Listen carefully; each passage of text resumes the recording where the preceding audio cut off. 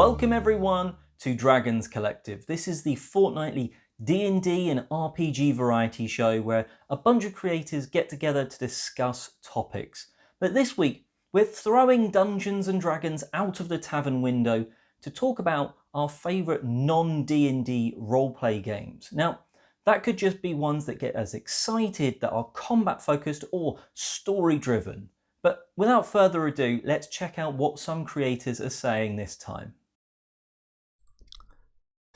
Hello everyone! So, do you have those friends that you really know would be great at the role-playing aspects of RPGs, but they're not willing to learn the rules because, you know, it's complicated. Dungeons and Dragons is complicated, so you want an easy system to bring them in.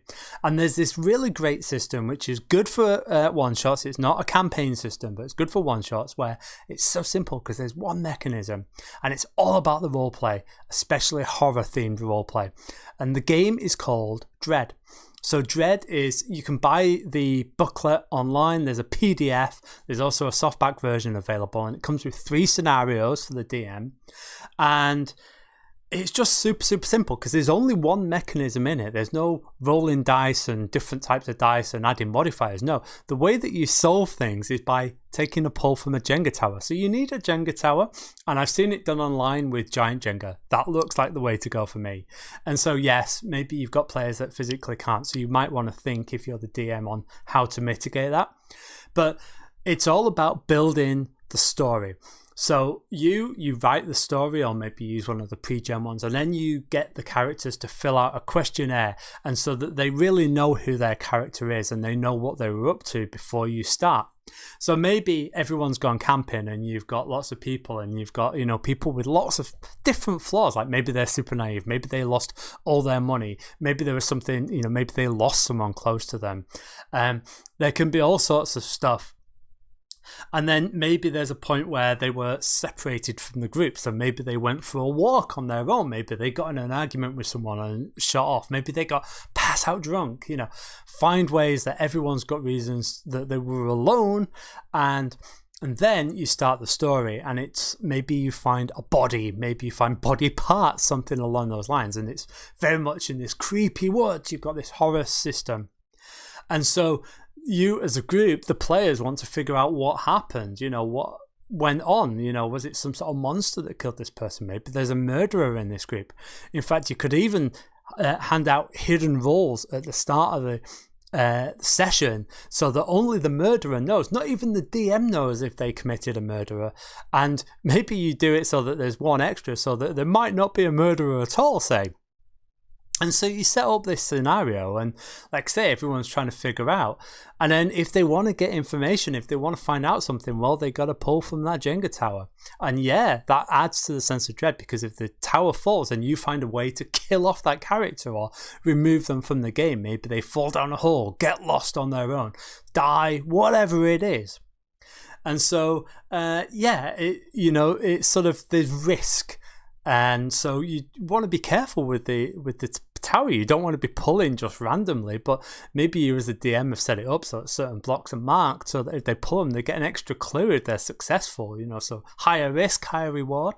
There's lots of different ways of doing it. Like I said, you can get the system online for $12 for the PDF, and then you can print it out. There's 3 scenarios. It's a super cool way of bringing in people into the RP hobby, and especially for something, say Halloween, something like that. It's brilliant. So that is Dread, and until next time, take care and bye-bye. What is up? My name is Matthew McCack from Room 51, and I'm going to tell you about a different kind of RPG that's not Dungeons and Dragons related. It is a totally different system that I really like, and it is called Misspent Youth. So Misspent Youth was made by Robert Bowl, and it's pretty much just you and a bunch of, I guess usually teenagers, trying to take it to the man, right? Like you're trying to take down whatever like authority figure is like wrecking the world pretty much. And it's a lot about the role play. So if you play D&D for like the combat and you're really into that, this is probably not for you. This is for people who are super into story creating and role playing and everything. And all of you create the story and everything together, like the characters and the world around you, the like arch nemesis and everything. I think it's called like the authority. You all create it together along with the DM. And it's not really called a DM in this game. It's more the person who's playing the authority, and they are actively actually trying to beat you, which is different from like a DM where they're just trying to create the story and they're not really there to like win or anything. But in this game, you're both like it's kind of like a 1v all game, right? Which is really cool. I love the punk style nature to this game, and you can really set it in any universe. It could be in our real world, it could be, you know, set in a space station, whatever. They do also have like Sell Out With Me, which has like a bunch of different kinds of stories that you could go through together, and it gives you sort of like a starting point if you're having a tough time like creating a story on your own. So they do give that supplement. Now, I think that this is sort of out of print at the moment, but I'm pretty sure you could still get the online free version. I think it's called like the Eyes Bleed Out version because it looks terrible, but you can figure out how to play. You can also watch Will Wheaton's tabletop video on Misspent Youth to get like a sense of how the whole game plays and how it all works out. But that's the game that I wanted to talk about this week. Thank you so much for watching, and if you'd like, you could check out mine and my brother's channel called Room 51. I'll catch you next time. So Matthew there was talking about an RPG system that kind of not forgets combat, but is really story focused. And well, I said every now and again on these I'll talk about a board game. I'm going to talk about Rory Story Cubes here for this, because it's not really an RPG, but it's not really a board game either. But this, I think, could be something for a lot of RPG roleplay game fans, be that you're into them a lot, or maybe you're trying to encourage someone that's younger to be a bit more inventive. And that's kind of what D&D is. It's inventing that story. And Rory Story Cubes is basically that story part boiled down into 9 dice. You literally open it up, take the rules out, and you roll these 9 dice. Carefully not dropping them on the floor.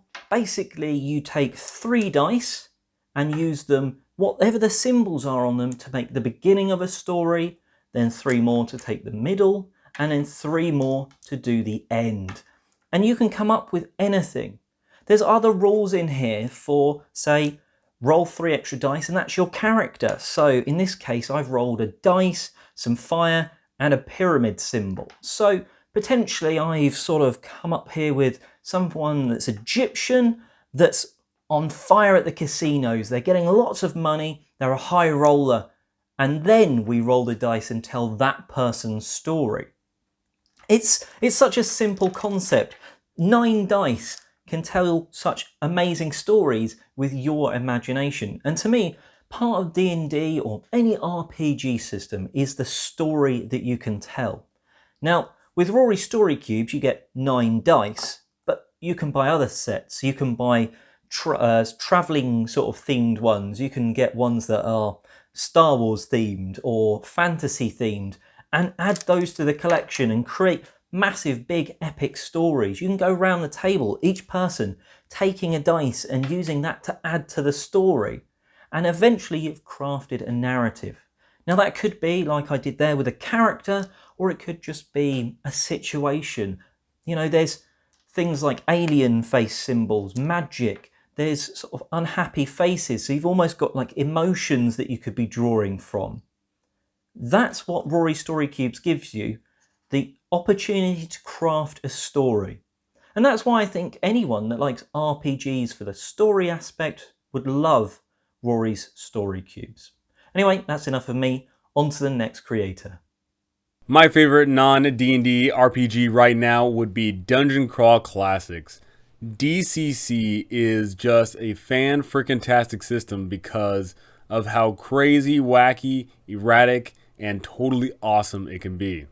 With DCC, we're seeing a return to the old school style of play where we have classes race and we've got very crappy scores for our abilities, and we don't have all these crazy features and we don't have any of that. But what we do have is every single class stands out completely on its own because of its awesome abilities. We have crazy spells that do not do the same thing every time. Every time you cast a spell, it could be something good, it could be something bad. But that's part of the charm, that is part of the fun. And with DCC, we are pushing to show off a world that is gonzo in a sense. We're trying to show off a world that is crazy weird. With DCC, you typically start off with a whole bunch of level 0 peasants. You're given 3 or 4 of them, and you go off into a dungeon, and a whole bunch of them get killed, but then the survivors go on to become awesome adventurers. But there is a distinct difference in this game. You are not a hero, you are an adventurer, and there is a clear difference in there. As your heroes level up and get stronger and stronger, you go up against crazier foes, you get awesome items, and you go on awesome adventures. It is a ton of fun, and I can't stress enough how unique DCC is in that regard. Not only are the classes super unique, but the adventures therein are fantastic. If you are looking for weird fantasy, mighty warriors, and crazy magic, then DCC is going to be the game for you. Okay, now on to the news. So, first of all, what can you expect from Don't Be Bored over the next week or so? Well, first of all, I've just released an unboxing and mini review of the tower. Now, that was a very big box to unbox, so please go and check that out if you want to. And there'll also be definitely at some point within the next week, I will put up the Warlock Tiles Build of the Month video. So please do watch that. They always go down well, and they're very fun to make. It's just taken me a little bit longer to make it this time. Last thing, I'll at some point be putting up a video of these dice or metal coin bags from Draw Lab. They are really nice, but I'm not quite sure when they want me to be putting that up. So, you know, they're here. There's a load of them. They're really nice, but I don't know quite when they will be going up. Anyway, the first bit of news. CMON, come on, or Cool Mini or not, depending on what you want to call them, they are just about to release, it's coming soon, a Zombicide RPG system book. Now, Zombicide, for those of you that don't know, is a board game with lots of tiles, characters that level up, and lots of plastic zombie miniatures. So, you know, if you wanted zombie miniatures, it's a great way to get a lot in one box. Now, they're going to be releasing an RPG book that you can basically play with others, and apparently you're going to be taking on the role of survivors, trying to survive the zombie apocalypse, and you've got to learn to work together, trust one another, and form strategies to fight the zombies if you want to stay alive. So it sounds, Zombicide was always one of those games that's just chuck some dice and see what happens, get some cool loot. It seems like they're trying to branch out and sort of expand the world. Could be an interesting one, certainly for zombie fans. Next up, well, WizKids aren't stopping with their unpainted or pre-painted lines of miniatures because they are going to be releasing framework miniatures. Now, I stay away normally from their unpainted ones, sticking to their pre-painted, as you can see by the dragon next to me, because, well, I kind of can't paint very well. Well, these are one step further. They're going to come on the you know, sprues, plastic, and you're having to actually put the miniatures together. But a lot of people like that sort of stuff from Warhammer, etc. So interestingly, there are a range of these. There are some that are single miniatures and they are $14.99 US. Or there are going to be some multi-miniature packs. Let's see how many of those there are. There's 2. There's going to be orcs and kobolds, both priced at $49.99 US. And then there's some big ones. So these aren't just the small sort of PC player character minis. These are the likes of trolls, beholders, mind flayers, hell giants and stuff. And they've got a range of prices. It'll be interesting to see how well this takes off. For me, I'm going to stay away from this. I stay away from unpainted, and this is a step further away from a finished thing when you buy it. So not for me, but I'm sure for many people out there, it will be good for you. Back to pre-painted glorious miniatures, or not so small miniatures. This is Dragons Collective.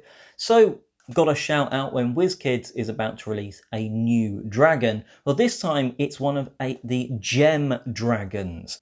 So this is going to be pre-painted. It's the Emerald Dragon, so it's going to be that nice green hue. Apparently, items measuring over a foot tall. Now, I'm not sure if that's the box or the actual miniature, but, you know, considering this dragon is probably close to a foot, it probably is the actual dragon itself. Now, in terms of a release date, at the moment it says December, so at least for us in the UK, we're probably expecting like February next year, because everything seems to be delayed, but I would expect probably maybe a little bit of a delay unless they've got their sort of shipping and everything sorted by then. And it's going to come in at $99.99 US. So that's more expensive than the last batch basically of adult dragons. I believe this was about $70 US, 50-60 pounds. So it is a shift up, but it does look quite special, and the gem dragons, I'm assuming there's going to be more after Emerald. If you want to show off that you like D&D and you like little plushy keyrings, well, D&D now has you covered, or at least they will when they release in January 2022. Basically, they're going to be a range of little plushy keyrings for you to get. It doesn't have an individual price, but they are apparently 3 inches in size. And, well, someone's going to like them. They're going to, want to hook them on their bag. And I'm sure you'll see many around conventions and stuff like that. Anyway, that is enough news for this week. Let's crack on with a few more creators. Hi folks, this is Andy from Potable Gaming, and this week on Dragons Collective we're talking about alternative RPGs to D&D. D&D is very much the big focus these days, and I was trying to think about what I wanted to talk about, and I have tons of systems in this house that I would like to play. I have kids on bikes, I have kids on brooms, I have Monster of the Week, I've got some Iron Kingdom stuff coming back in soon, and I love all those, but I haven't had a chance to play as many different systems as I would like to. But the one I have played the most, and my first real RPG experience, was Pathfinder. Now, in my head, I always kind of put those together, primarily because I would just say I was playing D&D instead of Pathfinder, because people knew what D&D was, but not Pathfinder. And I always just kind of viewed them as two sides of the same coin, and in many respects they are. But the more I've thought about it recently, the differences have become apparent, and there are differences that are worth noting, and I really enjoy. So Pathfinder is a much more prescriptive system, in my opinion. It has more rules, it's got a heavier bent on the rules and regulations, in my opinion. But this can be a good thing, because it means it has very in-depth discussions on character and character building and classes, and there is so much complexity in there, which can be maddening for a new player. But if you're the kind of person who likes to make ridiculous builds, it's amazing. I have a friend who mostly just builds characters because he can.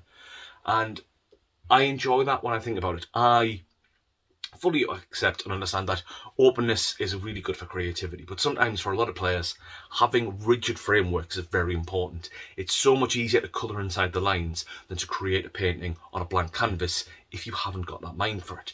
And those rigid restrictions, those solid foundations, can lead to great creativity for players. I know I used to enjoy it. I remember having really complex backstories written out for people, because the basic class indicated they'd have to come from a specific area to use the specific weapons, to have the specific fighting style.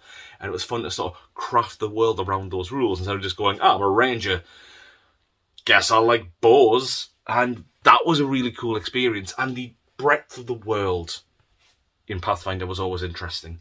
The very first adventure I played was Carrion Crown, which started off fighting ghosts and then taking on a Frankenstein's monster style situation, to then going through into a old one style underwater cult on the way to try and take on some kind of evil dread king. And it was amazing. We had other campaigns where we played Iron Gods, where suddenly we were in a spaceship with laser guns in a fantasy setting, and it made sense. The last campaign I played in Pathfinder was Extinction Curse, where we ran a circus and took on necromancers before the campaign fell apart. It's so varied and so ridiculous, and I really respect that.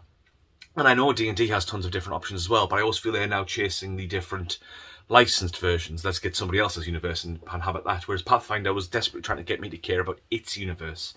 And that was a very important thing. I love lore, I love diving into the universe. D&D's never made me feel like I need to care about D&D's world, but Pathfinder did. And if that's something you want to know, maybe it's one worth looking at as well. Anyway, that's my time. Let me know what you think down in the comments below. I've been Andy, and as always, it's your round. Hey everybody, Rivers here, and I got another video for the Dragons Collective, and this time it's favorite non-D&D RPGs, and I got a few of them here, and I don't know, I like a lot of RPGs, but one of my favorites is Beyond the Supernatural by Palladium, the DM that we had in Origins a couple years ago ran them, and it was a great game. Well, a few years ago now. It was a great game, and the year before that was another great game. And he also does Rifts, which is Palladium, and I like those games. But I also like the Star Wars Saga Edition. Those they have some pretty good games there. A friend in my gaming group at home here, he does he GMs once every 3 or 4 months, and then the Star Wars Edge of the Empire and Age of Rebellion. Those are two different box sets I played, but they got the funky dice, and I don't understand them. So my youngest son helps me with them, so he knows what they mean and everything. Something one does this, one does the other, and something else, and it's, like I said, it's confusing, but I have fun with it. It's a storytelling game, basically. It's more in the stories than the dice, so that's cool. And of course, I like Twilight 2000, which is another good game. That's an older game too. And I like GURPS.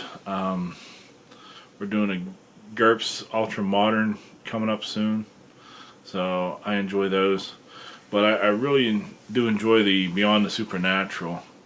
It's you fight like demons and outer planar beings, and it takes place in modern times, and it's pretty cool. I played the one time I was a female forest ranger who discovered something out in the woods, and we had to figure this stuff out, and it was a pretty cool game, so I really enjoy it. It gets down into role playing. I have the book, which is, I think, terribly set up, but if you can get someone that knows the rules and knows how to play it, it's a great game. But the book is hard to make characters with. You got to go back and forth in the pages. So, but it's a game. One of these days I'm going to run it, so we'll see what happens. But I'm Rivers from Rivers RPG channel, and this is for the Dragons Collective, so I hope you enjoyed it. Have a good game.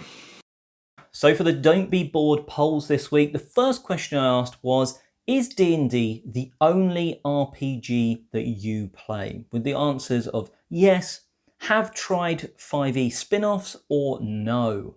Well, it seems with a good amount of respondents here, we had 46 people responding, and 85% of them said no, D&D is not the only RPG that they've played. So that worked really well for this week's episode, all being about non-D&D RPGs. The second question I asked was, how often do you play D&D? Now, I think a lot of people would hope in their mind they'd play more, but it's quite telling from the results. Well, the two big standouts were, it looks like for those that play consistently, with 41% of people saying that they play once a week or once a fortnight, but the second biggest lot of the vote went to that they don't play D&D enough, with nearly 30% of the vote.